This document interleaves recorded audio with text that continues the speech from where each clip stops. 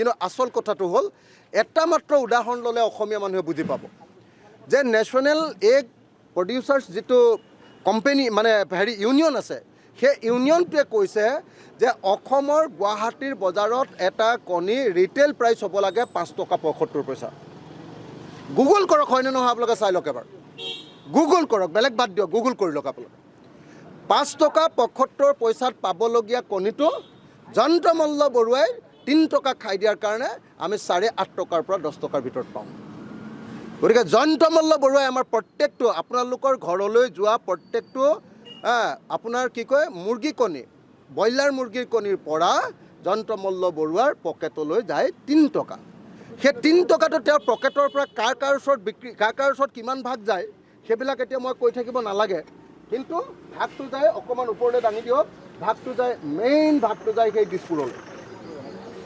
কিন্তু এওঁ দেখিছে নাই চেহেৰা ভাল হৈ গৈ আছে এওঁ পেটলা হৈ গৈ আছে মুখ দেখিছে নাই কেনেকুৱা ডাঙৰ হৈ গৈ আছে আপোনালোকে এই ঠেলাখনৰ নাম্বাৰটো চাই ল'লে গম পাব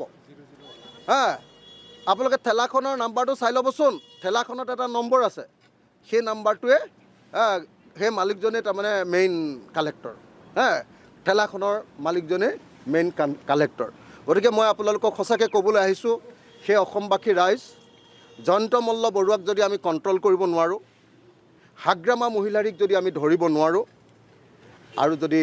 দিছপুৰৰ হিমন্ত বিশ্ব শৰ্মাক যদি আমি ধৰিব নোৱাৰোঁ তেতিয়াহ'লে আমি এটা কণীত আমাৰ কিনি লওঁতে 3 টকা এক্সট্ৰাকৈ আমি অকল জয়ন্ত মল্ল বৰুৱা গুণ্ডা টেক্স হিচাপে দিব লাগিব প্ৰত্যেকটো ব্ৰইলাৰ মুৰ্গী আপোনালোকে নিজে দিল্লীৰ দামটো মই কৈ দিলে আপোনালোকে বেছি কোৱা বুলি ক'বতো আজিৰ দিনটোত দিল্লীৰ বজাৰৰ দাম চাওক দিল্লীততো ব্ৰইলাৰ মুৰ্গীৰ প্ৰডাকশ্যন নহয় দিল্লীৰ বজাৰত আপোনালোকে দাম চাওক আৰু অসমৰ বজাৰত দাম সোধক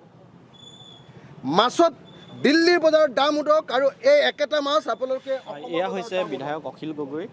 যি প্ৰতিবাদী কাৰ্যসূচী আৰু আজি যিকোনো খবৰৰ বাবে যোগাযোগ কৰক আমাৰ এই নম্বৰত 9181 307 2221